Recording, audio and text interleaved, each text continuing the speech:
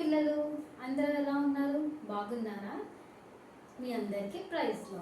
నా పేరు దీపిక. నేను మీ ముందుకు ఎందుకు వచ్చానంటే బైబిల్ నుంచి ఒక మంచి మారల్ స్టోరీ చెప్పడానికి మీ ముందుకు వచ్చానన్నమాట.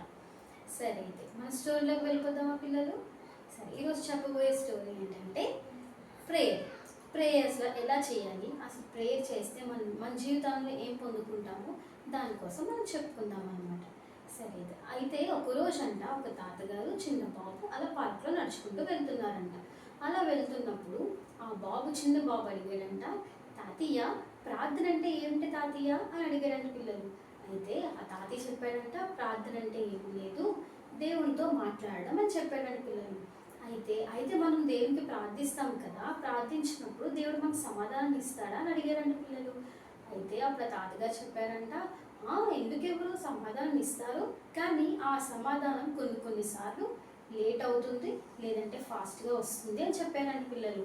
అయితే మళ్ళీ అడిగాడంట బాబు, ఏమని? అయితే మనం ఎందుకు ప్రార్థించాలి తాతయ్య అని అడిగాడంట. ఎందుకు ప్రార్థించాలంటే మనం మనకి దేవునికి మధ్యన ఒక కమ్యూనికేషన్ లేదంటే ఒక ఫ్రెండ్షిప్ ఫామ్ అవ్వాలి అంటే కనుక మనం ప్రేయర్ అనేది చేసుకోవాలి. దేవుడు మనం ఎప్పుడైతే ప్రేయర్ చేస్తామో, ప్రేయర్ చేస్తున్నప్పుడు దేవుడికి మనకి ఒక గుడ్ ఫ్రెండ్షిప్ ఫామ్ అవ్వాలి అంటే కనుక ప్రేయర్ చేయాలి అని చెప్పారంట పిల్లలు. అయితే అప్పుడు ఆ బాబు అన్నాడంట, అవునా సరే, అయితే నేను ఈ రోజు నుంచి ప్రార్థిస్తాను అని చెప్పానంట పిల్లలు. అలాగే మన బైబిల్లోంచి మనం ప్రార్థిస్తే అసలు ప్రార్థన చేసిన తర్వాత ఏ మేలు పొందుకున్నామో, ప్రార్థన చేసిన తర్వాత ఏ ఏ మెరాకిల్స్ అయితే జరిగాయో అలా చాలామంది ఉన్నారంట పిల్లలు బైబిల్. సరే పిల్లలు, మన బైబిల్లోంచి ఒక వ్యక్తి కోసం మనం తెలుసుకుందామా? ఆ వ్యక్తి పేరు ఏంటంటే హన్నా అన్నమాట.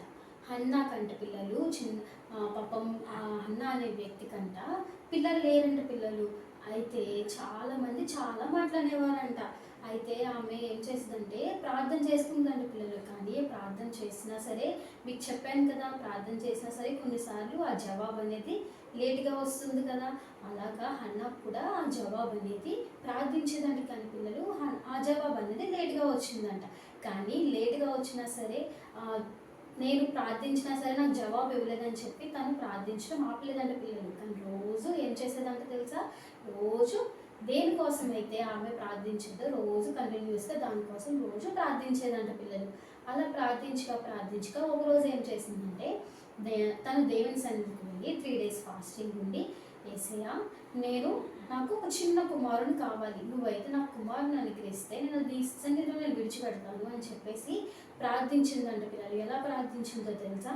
3 days ఫాస్టింగ్ ఉండి కన్నీళ్ళతో ప్రార్థించిందంట. అలా ప్రార్థించగానే దేవుడు ఏం చేశాడో తెలుసా? తన జీవితంలో గొప్ప అద్భుతం చేశాడంట. ఏంటో తెలుసా? ఒక మంచి కుమారుని అనుగ్రహించారంట పిల్లలు. ఆ కుమారుని పేరేంటో తెలుసా? సమూయేలు. అయితే చాలా చక్కగా, చాలా అందంగా, చాలా బాగున్నాడు పిల్లలు. అలాంటి అద్భుతమైన కార్యం మనం జీవితంలో కూడా పొందుకోవాలంటే మనం ఏం చేయాలి తెలుసా? రోజు మనం కంటిన్యూస్గా ప్రార్థించాలి. సపోజ్ మీకు ఓకేనా పిల్లలు?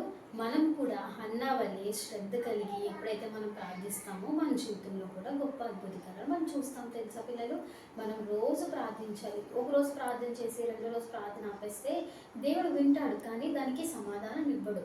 అందుకే మనం రోజు మన డైలీ రొటీన్స్ చూడడం పిల్లలు. రోజు మార్నింగ్ లేవగానే బ్రష్ చేస్తాం, స్కూల్కి వెళ్తాం, దాని తర్వాత టిఫిన్ తింటాం. ఇలా మన డైలీ రొటీన్ ఎలా అయిపోయింది. అలా కూడా మన ప్రేయర్ అనేది ఎప్పుడైతే మన జీవితంలో డైలీ రొటీన్ కింద అవుతుందో అప్పుడు కూడా మన జీవితంలో ఏంటో తెలుసా పిల్లలు, మీరేం అడిగినా సరే దేవుడు ఇవ్వడానికి రెడీగా ఉన్నారు పిల్లలు.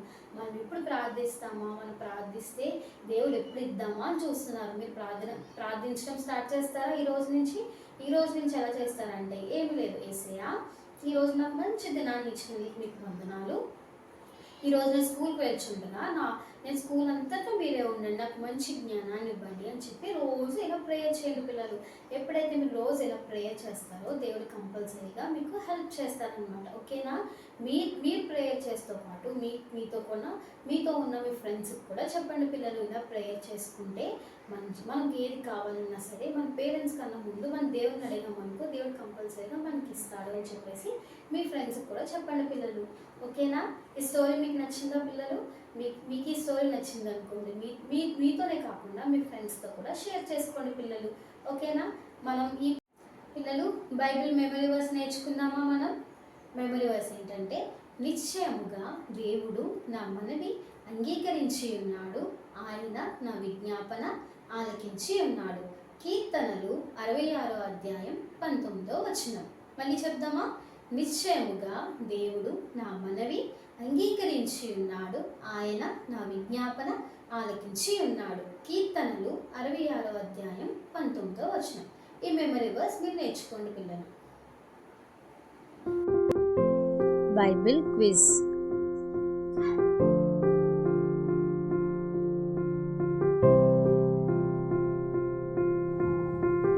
చిన్న పిల్లవాడు తాతగారిని ఏమి అడిగాడు? సెకండ్ క్వశ్చన్, మనము ప్రార్థన ఎందుకు చేయాలి? థర్డ్ క్వశ్చన్, మన స్టోరీ థీమ్ ఏమిటి?